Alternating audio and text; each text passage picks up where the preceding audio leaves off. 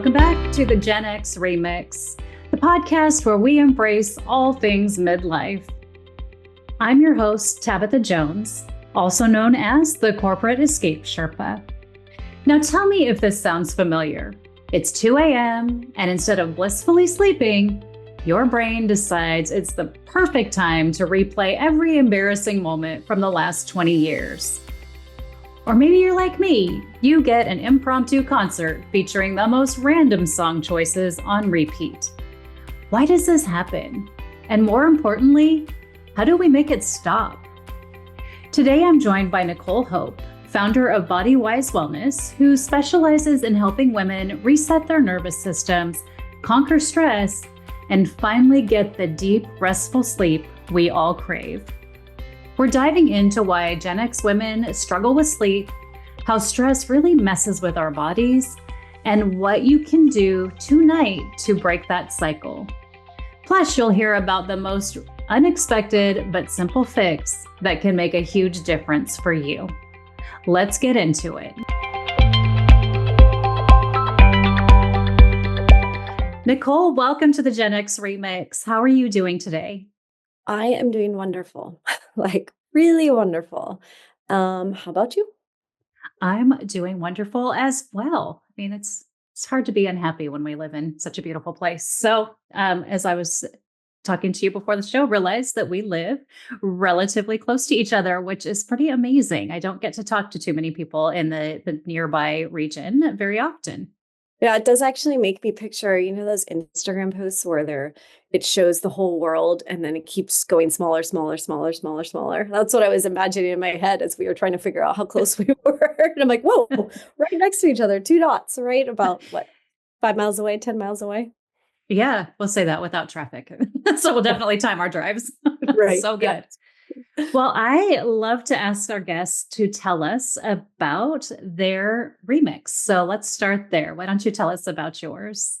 So my remix is probably not that original in the sense that almost everybody probably, especially midlife, has gone through something similar, but my specific version is essentially kind of working my way through life thinking that I had a very specific plan, like we all kind of do, I think. I feel like I'm going to be speaking for a lot of people in this moment, but you have your little plan. I grew up in the Bay Area and was raised very like, you do this, and then you do this, and then you do this, and then you do this, and you've adopted your parents' opinions, and they're wonderful people. So just so we're clear, I'm not ragging on my parents; they're amazing.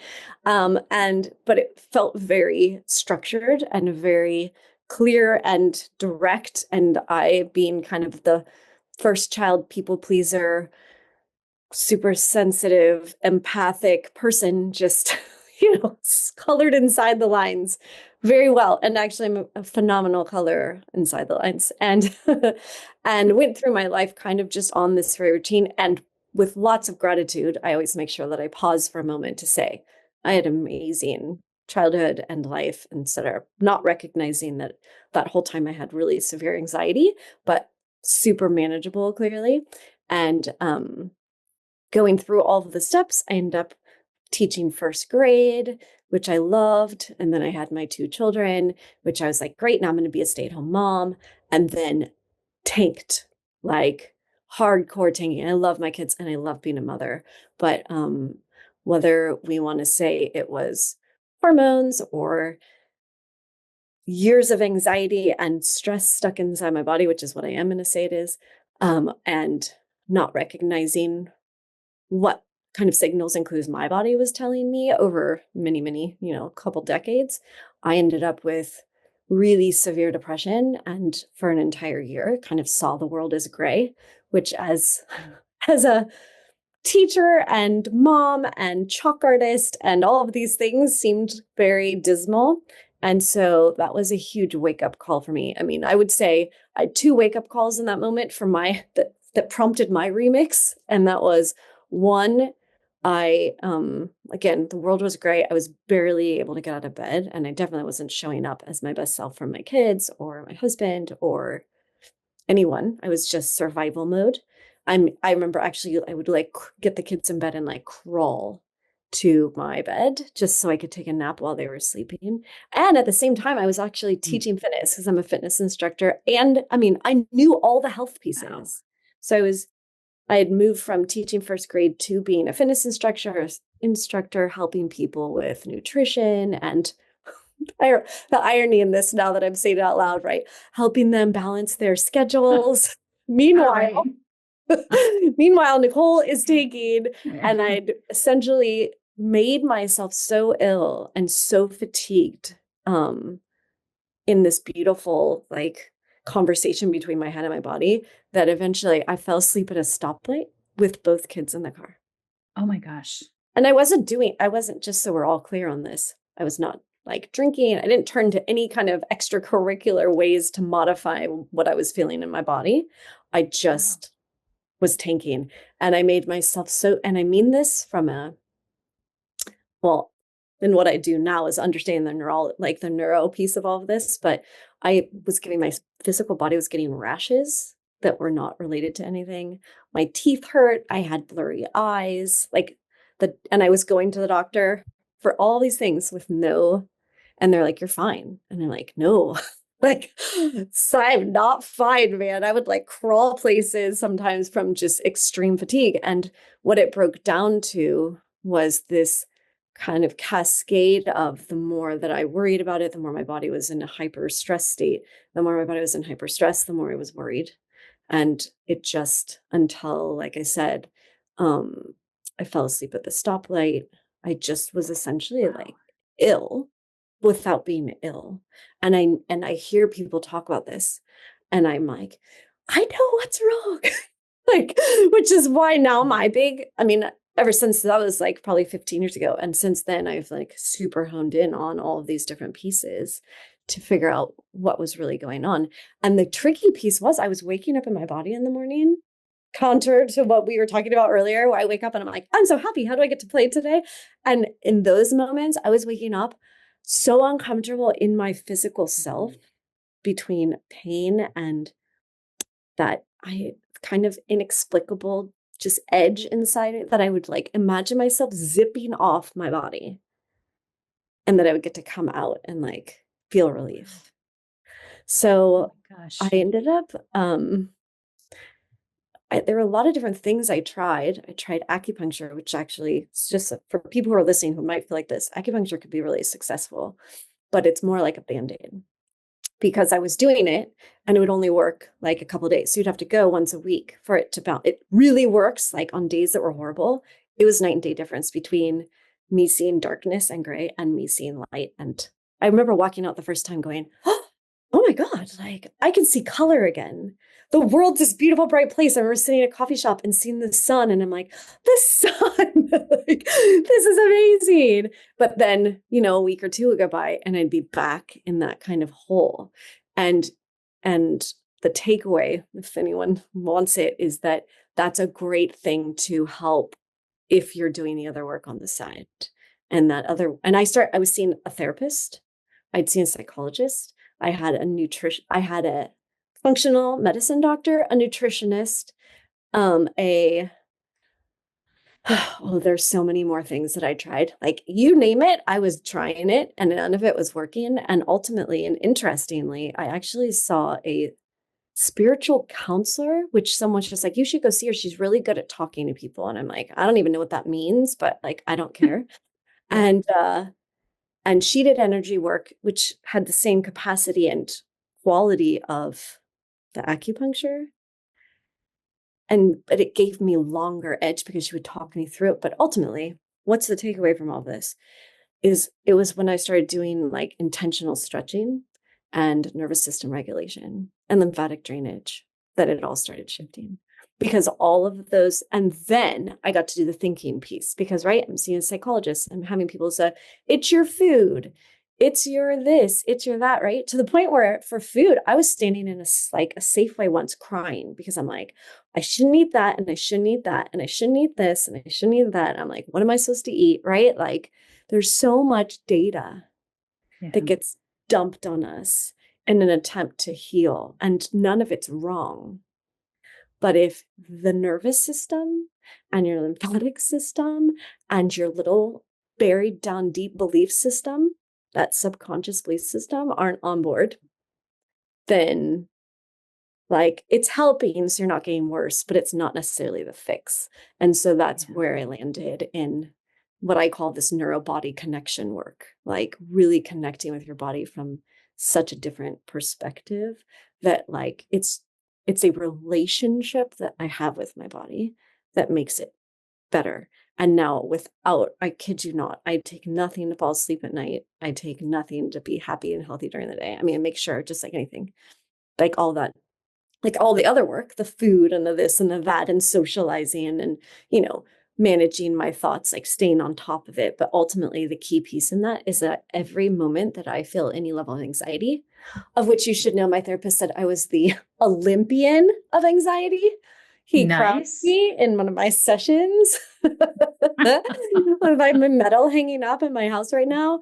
But ultimately, like, if it's staying ahead of it, but it's keeping the body like like it's loving and listening to the body in a different way than any of us are ever taught. We treat our bodies like a machine that we're trying to like feed and take, like a car to the auto body shop when we think something's wrong. There's a weird sound. Like, can you figure it out? And my whole philosophy now is that it's my job to be self-aware enough and self-care enough, and that like we're all working together over here. So if that makes Yeah. sense. It does. And, I love it because as you're talking, I'm kind of reflecting back on my own journey. And first off, Gen X, we weren't allowed to have depression. We weren't allowed to deal with any kind of traumatic experience. We just put on our big girl pants and moved on. I mean, I don't know. I think that was just the way it was. That's how our parents Yeah. were raised. That's how their parents were raised. That's how we did it. Yeah. And so as we get to different places in life where we start going, wow, I really do have these weird feelings surfacing up, or I feel kind of weird. We don't always know exactly where to go. And, I have done acupuncture, which I do find is amazing for Mm-hmm. different things that are going on.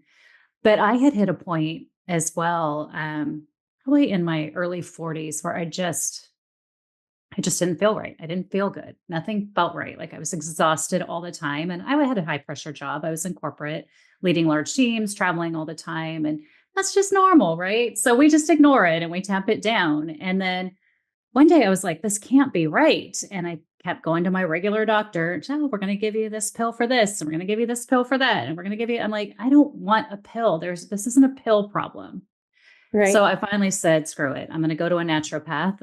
I don't care what it costs because obviously insurance doesn't cover that for most of us. I went and she ran tests like I had never had run before, like all the food allergies, all the vitamin and minerals, all of the toxins, which included heavy metals, a Mm-hmm. full viral scan, like all the things. And she's like, well, no wonder you're exhausted. It came back, I had Epstein-Barr, which is like mono. It's like having Mm-hmm. mono. Yeah. So I'm like, no wonder I feel like I had mono, which I had in my 20s once. Right. I'm like, I'm exhausted all the time. And then, I had heavy metals in my system. I had adrenal fatigue going on. I got a high intolerance to chicken. That is not even normal. I was like, my joints, when I stopped eating chicken, my joints stopped hurting. I was like, well, what a miracle that is. Wow. There's so much in our bodies, but we aren't really taught how to listen to what's going on. And I think, unfortunately, too, a lot of people don't have the resources to go to somebody like I did when I went to my naturopath. It was an investment. I mean, the joke's Oh still at yeah. my house. My husband said, well, how much did that cost? I said, well, less than one of your motorcycles. So hop on board, buddy. Like, we're getting healthy. Yeah. Well, and what's Yes. interesting in that space, just in that particular thing, is Yeah, that we do invest more in external than we do in internal. we do. And we've kind of given our power. I don't like saying it like, but I've yet to figure out a better way to say it. Like, we kind of give our power away to Western medicine, and Western medicine has amazing things. To all my friends who are doctors, I love Absolutely. you so much. You are Absolutely. essential. But there is a huge under mid piece, right? That is also missing. And, it's not like it hasn't existed for thousands of years. Wink, wink, Yes. Eastern medicine. Like, so it is that tricky space where I've thought about that so much. Like, if you don't have access to a good amount of money, you aren't getting this whole centerpiece. And that goes as far as even into like support, from a body space, but also from that mental space. Like maybe you can get a therapist or someone from your, insurance plan or something from work. There is Mhm. this huge bucket of people doing really holistic work that can make Yeah. real changes, even in tandem with what you're getting from a more like Yeah. Western version. And that's where I think as like maybe as a community or society, we are starting. That's why there's so much rampant muck right now, for lack of Mhm. better words, because Yeah. it's either this or it's nothing. And it's not panning out as well as people would like.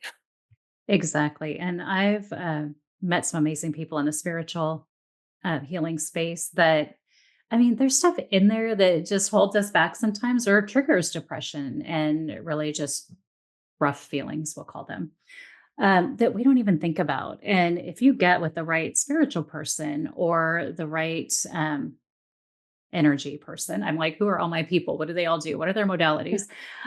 They can dig some things out that you just don't even realize are in your way or are causing things like past traumas or wounds or things that you forgot about because you were 5 years old at the time and didn't realize that that thing had such an impact on you. So I love that you went, deep. You dug into all of the different things, the lymphatic side of it. Was there breath work involved? I do everything. I mean, when I work with my clients, that's actually, we do, but I make sure we Yeah, cover the I love it. whole kit and caboodle. But that body movement and release of fascia that holds so much. I mean, every time we're having a traumatic experience, or stress experience, our body is dropping neurochemicals like into our neuropeptides into the body to hold on to that piece of data, to remind the body this is what this kind of situation causes a problem. Be alert, right? If we've held on to every one of those over the course of our lives, it is causing real issue, like real physical body stuff, right? I mean, Yeah. I can do intuitive readings on people. I am hugely empathic, so I can feel where people's trauma sits in their body, but most of my work is in the very like let's say physical like everyday basic understanding of what's happening in the body, and that is it's all matching and in parallel to that, right? So Reiki is going to help and acupuncture is going to help, and you can find a bunch of different things, but my job is to empower people to start figuring out faster for themselves and giving them the tools to catch it, because it's so fascinating that you were able to find, and wonderful that you were able to find all those kinds of imbalances inside yourself to get that help. And the tricky piece is, I imagine we all have those imbalances, but what's the thing that's really the catalyst to make all of that stuff that I think our bodies could heal on its own if it was given space to do it? I think we have these miraculously magical bodies. And the thing that I think is catapulting us towards lacking health is mostly stress. So, right, Mhm. like we do blame it on stress. Like we're like, I think it's stress. And I'm like, cool. Like, so what are you going to do about it? I don't know, because it's my life. And I'm like, yes, but you can have chaos happening out here. And just like you're saying with breath work or body movement or some level, mindfulness tools and self massage, even, you don't have to have chaos in here just because there's chaos out there. And that's, that's like, it would make common sense a little bit, but it's definitely not an adopted Yeah. belief. Agree. And it feels like a lot of us, I do this to myself too sometimes, where I just don't feel like I have time, right? Well, do I not have time or I'm not giving myself permission to be a priority in feeling good and feeling better about things? So when clients come to you, what are kind of common complaints or common issues that they bring to you that you're able to help support them through? I see a lot of people right now who just feel kind of disconnected to themselves, right? Kind of like when I was talking about earlier, you're like, this is my body, but I don't really feel like this is the life.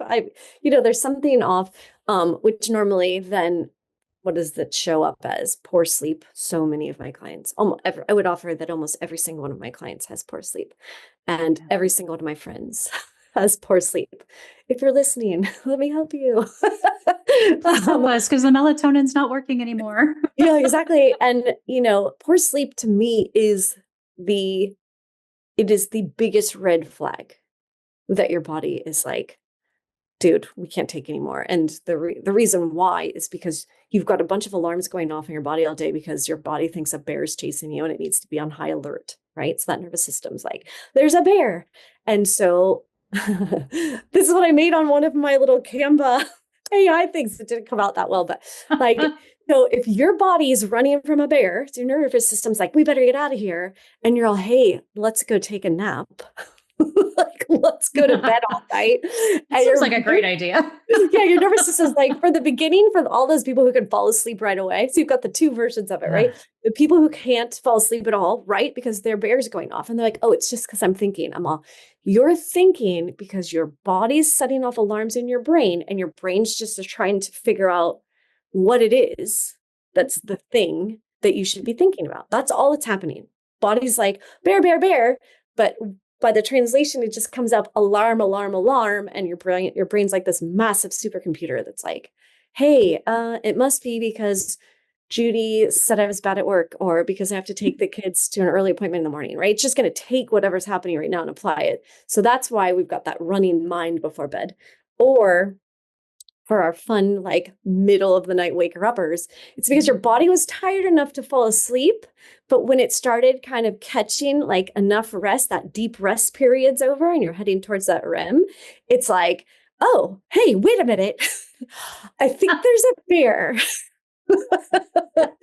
Like, I totally forgot there's a bear. And now that cortisol hit comes in and now it's 3 a.m. and you're like, okay, where's the bear? And then people are like, oh, and I can't shut my brain off again. I'm all, because your body alarm has decided to turn back on and now your brain's trying to figure out what it needs to fix in order to get away from the bear. That's all it is. Like, we are so simplistic. We are the most simplistic animals. Like, we have little primal bodies, but we have these supercomputer brains, and together they are not great communicators. That's why my profession is doing this neuro-body connection, so they start talking better, right? So that is generally that, and just pretty much that feeling of overwhelm, right? You wake up, you're kind of dog tired, whether you're getting ready for bed or you're just getting out of bed, or it's the middle of the night and you just woke up to run from the bear or whatever. And an inability to even like start finding any balance, right? Just because you're so overwhelmed, just kind of like you said earlier, right? When I know I'm so tired and I know I'm so stressed, but I can't seem to do anything about it. I just keep jumping into my little hamster wheel every day because that's easier, right? And the body kind of likes that pattern because it thinks that that's the safest thing. If you've held on to that for so many years, your body is like, hey, this is the best way to stay alive, is to constantly be on alert. That's why also, Gabor Mate and stuff like that, he's saying, women have the highest capacity for autoimmune disease and stuff. Like 80% of autoimmune diseases occur to women. Women tend to hold on to all of it, micromanaging all the time. And then their bodies are then attacking themselves because everything is a threat at some point, right? It's fascinating. And boo. We got to do something about this bear. I'm like, wait a minute. My bear likes to come between about 2 and 3 a.m. Yeah. And it is ridiculous. There are no stressful thoughts usually in there. There's just a million thoughts and sometimes a little bit of music, which really just pisses me off. I'm like, why? Why is that song in my head at this time? I could hear that when I wake up. Yeah. Isn't that fascinating? I mean, that's essentially, so like I said, this cortisol hit kind of pumps through your body in the middle of the night. And then your body's like, oh, bear. And your brain is like, okay, well, open up like in an attempt to figure out, because like consciously you're like, oh, my bed's too comfortable, right? So there's really nothing going on, right? And so it's just, I feel the picture that I generally get from this, because that's my like little intuitive skill, is I just imagine just this like back room, and your brain goes in the back room. It's just all file cabinets. And at 2 and 3 o'clock in the morning, it's just opening up every file cabinet, throwing files everywhere. Like, what is it? Like, what's wrong? And then nothing, because nothing's wrong. And then it What says, do you let's blast do? some soothing country rap music Yes. because that's the weirdest genre on the planet Earth that I listen to. Let's put some of that soothing country rap music Yeah, on this will in the calm you background. down. Yeah, this That'll will get make you right to sleep. it'll make you. Yeah, this should fix everything. The bear will run away because Yeah, scare the bear, scare the bear. that's hilarious. So Oh, then, what do you do when you're there in the middle of the night?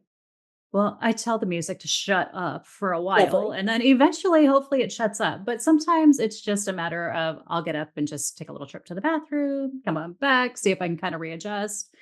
Sometimes I stay awake for a couple of hours and then you know that falling asleep 2 minutes before the alarm goes off. Yes. The best, not that I have really an alarm clock anymore, but my brain, my eyeballs automatically open by 6 in the morning. So yeah, that's kind of it. And then we'll see how the day is going to go. I might be crabby. I might wake up still singing that same stupid song that's still stuck in my head since 2 a.m. I love that. I mean, I don't, you don't seem to love it, but I think I mean, I love the songs, don't get me wrong.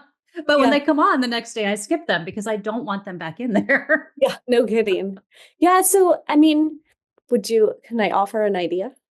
Sure, I'd love one. And I'm sure our listeners are also thinking, oh, me too, but also So, questioning the country rap. So I don't know. yeah, they're like, oh, interesting I music may have choice. lost a few listeners. They might be going, oh, she's too far out there. I think it makes you just have a wider breadth of juiciness and interest. You got unpredictability.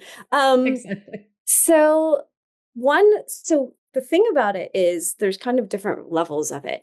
And this is where it comes back to understanding your body enough to start guessing, like gauging what is the best next step, right? So if you kind of wake up and you feel it, can you not guarantee that you not turn your brain on? And the best thing to do there, like you wake up and you're like, oh darn. The first thing then, if you could catch it right there before your brain starts opening all the file folders, would be, just get into your body as fast as possible and be like, hey toes, like, hey, kind of that body scan thing. That's like the first step. And then the second one is once the brain turns on and you're going through the files, you can literally, because it's not like it never happens to me. I just start saying everything's always working out for my highest good. And I just immediately go, everything is always working out for me. Everything is always working out for me. So I don't need to be thinking about this, right? If it's a laundry list of things, I mean, there's so many different versions. If it's a laundry list of ideas for the next day, then I keep a pad of paper and pencil by my bed, and I'll turn my little phone light on just low enough that I can see, or hopefully there's moonlight or something. And I'll just write down all the things. I'm like, see, brain, we're good. Can we go back to sleep now? The thing that I think is interesting, if you do some of these real gentle, I'm not really awake tactics and it's still not working, and your body really starts you can feel that shift where your body's like, no. That's where you actually have all those beautiful wake up run from the bear hormones and chemicals running through your body. And your best bet is literally to get up and bounce up and down on your heels for a couple minutes, because it'll process the hormones through you. Because once they're in, your body's not going to be like, oh, we'll just ignore them. Like, nah. Pass. No. So you do kind of need to then, like a machine or anything, right? You need to process them through. So bouncing on your heels, you're actually, wearing down those stress hormones or, whatever's come up in the body. If I'm lazy, if I'm feeling like, whoa, it really got me, I will just get up out of bed and do it right away. Cause I'm like, I don't have time for games. Sleep's so fun and wonderful. But if I'm lazy and I feel like I can catch it, sometimes I'll just lay on my side. I'll just like shake my arm in the air. Okay. Is this enough? I mean, sometimes it is. I mean, it just depends. There's all those layers, but I think the most important thing, and the thing that I think is the thing that gets people, is that we start to panic. I've got a big day tomorrow. I need this sleep. I better go to bed. The second our minds go to that, toast, because we've just said, the body said there's a bear, and essentially our brain said, you're right. That makes perfect sense. It does make perfect sense because when I do, the more you think about, I really need to be going to sleep right now, the less your odds are of going back to sleep. Yeah. The bouncing up and down on your heels is a great idea. I mean, I've already got the music playing, so it's fine. You're just like straight, like dancing over in the corner. I mean, dance is one of the fastest ways to regulate a nervous system, frankly. I mean, if that feels good, then that would be great. And, the only other kind of really passive thing that does work is putting your feet up the wall. So you kind Okay. of flip your body around in bed and shove your feet up the wall, and feet up the wall, just like an animal. I mean, I keep trying to remind her we're just animals. So what would an animal do? It would play dead. So what would an animal do to play dead? Those joke kind of things like in cartoons, right? They stick their arms Yeah. straight up and then their legs are straight up, right? But your nervous system's like, oh, okay. Like there must not be a bear if my body is doing this. Things must be okay, right? So it's That makes telling sense. all the organs and all of the little nervous system counterparts in there, like, oh, things must be okay. And actually, oddly, I don't know if you've ever done it. I had someone just talk to me about it the other day, which makes me think of it. When you balance, I don't know if you've ever laid like on your side and your arms like kind of straight up in the air and it's balanced. Have you ever done that? Mm-hmm. Your Wait, like That's on your actually side your with the body arms. regulating its nervous Okay. system. Like Interesting. if you find these balance points where your arm is just up and you're not doing much to do anything about it, it's a nervous system regulator. The body really knows. This is my kind of whole gist and story and everything. The body knows what to do. It knows how to even self-soothe. We are just so Right. distracted from ourselves that we don't know it, that we don't pay attention anymore. Yeah. Oh my gosh. So many golden nuggets here. I can't wait to have this episode come out to everybody because I think that I don't imagine a lot of women in this lovely season of life are getting a lot of sleep. I talk to women all the time that are just, oh, I didn't get any sleep last night. And we laugh about it, we shake it off, we move on. I think their playlist is different than mine, but it is like it's constant. And I take melatonin. I take a lot of melatonin, and it still doesn't keep me all the way asleep most nights. Even breathing, I kind of tune things down before bed and do all the things, but I'm definitely going to try a couple of your strategies. I love the legs up the wall. I've done yoga plenty of times, and that's part of relaxation yoga is putting the legs up the wall and relaxing Yeah. with maybe a weighted blanket. And so, why would I not ever put that together? So, thank Well, you. you're welcome. And it's an interesting space. I would say that and this is actually part of this little sleep program that I've made, and which is a tiny piece of the work that I do with people. But really, again, if you're kind of hacking your sleep, you're hacking your stress. And that's what's this underpinning problem for most people.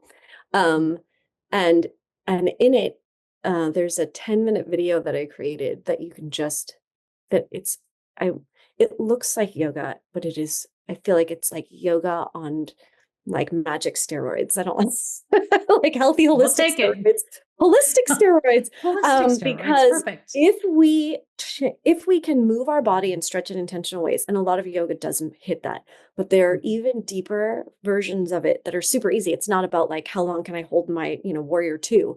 It's Oh, about thank can I God. lay on the ground, because I actually teach these series on Zooms at night. Um, and people actually have people come, they're in their pajamas in Zoom at like 7:30, and most of the time, by the time we're done, everyone's asleep, and I just like Wow. shut off the thing. Because if you can move your body in certain ways through these twists and moves, that's where all my fitness history comes back in. Your body will the nervous system will relax. And if you can get your body into the knowing that there's no bear before you go to bed, you're not going to wake up from the bear in the middle of the night. Or if you do happen to wake up because you got to go to the bathroom, your body's not going to go, oh, wait, did you remember there's a bear? Because we're like, no, no. Before you went to bed, we did all the things to show you there is no bear. And that's the key, right? And that's also healing and harmonizing your entire body, because your brain and nervous system are attached to every single working system inside you that just wants to be like doing its job and not worried about stress, not worried about bears. Oh my gosh. Nicole, I could talk about this all day. I just glanced up. I was like, oh my gosh, we just scratched the surface here. I'm so excited about everything that you've shared today because it's so valuable for those of us in this season of life. I'm 54. I always joke, I'm 54 and a half. So, these things that just kind of come along and the no sleeping, I don't think I had slept really through my 30s. I blame raising kids and into my 40s. And then I went through a little phase where I slept and now and then I do, but I still have some things where I'm like, I have pretty good sleep hygiene. So I think these tips that you've just shared are going to really make a change for me. And I can't wait to try them because I'm sure tonight when, Hardy and Jelly Roll are banging away in my brain, I'll be set. Yeah. I mean, and it does take a little, there's a little bit of Yeah. trial and error with it, because just like our fingerprints, every one of our bodies is different. But at the end of the day, our nervous system is an animal nervous system. And the more we can get it to calm down, the it's exponential, the effect on our life. You see beyond the sleep, you see the world from a fundamentally different place. And that's like, I feel like that's what us middle-agers get to enjoy, is going like, I'm old enough to know what I like and what I don't like. And I'm old enough to figure out start really listening to my body and figure out what it needs, so that I can just like dig in and freaking love life for the rest, like till infinity. Oh my gosh, that's beautiful. I love it. So, if our listeners would love to connect with you and learn a bit more about you and what you do, what is the best way for them to connect with you? So we talked about it, and we're going to drop little links to my website and some freebies. And I have two different ones. One is on stress, like stress reset, instant stress reset.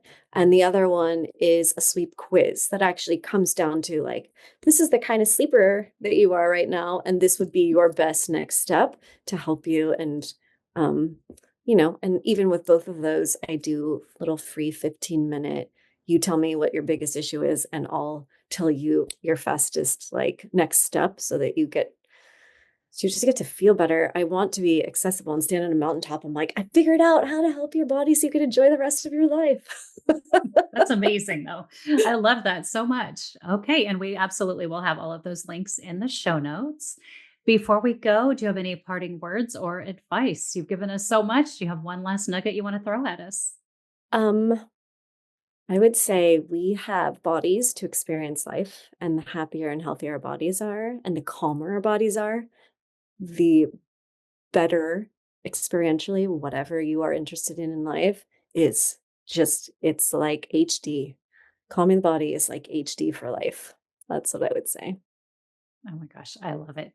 Thank you so much for joining us on the Gen X Remix today, Nicole. I'm so excited that you're down the freeway. We get to have coffee together soon. Yay! And really enjoyed everything that you shared with our audience today. I did too. Thank you so much. This has been amazing. I could talk about this topic all day. Nicole, thank you so much for sharing these powerful strategies. This session was just packed with so many aha moments, and I can't wait to try some of your strategies the next time my 2 a.m. country rap playlist decides to kick in. If you love this conversation and want to learn more about Nicole's work, check out the show notes for links to her free sleep quiz and her stress reset guide, as well as ways to connect with her online. This is the exact type of support we all need in midlife. And if you've been dealing with midlife wake-ups, stress overload, or just feel like your nervous system is running the show, I'd love to hear what strategies you're trying. Feel free to DM me on Instagram or Facebook, drop a comment to me on LinkedIn messaging, or simply shoot me an email. Let's figure this out together. I'd love to hear what's working for you. And as always, if you're loving the Gen X Remix, make sure to follow, rate, and review us so more amazing women can find us. Until next time, remember, you deserve great sleep, less stress, and a life that feels so freaking good. Now let's go scare that 2 a.m. bear away. We'll see you next time.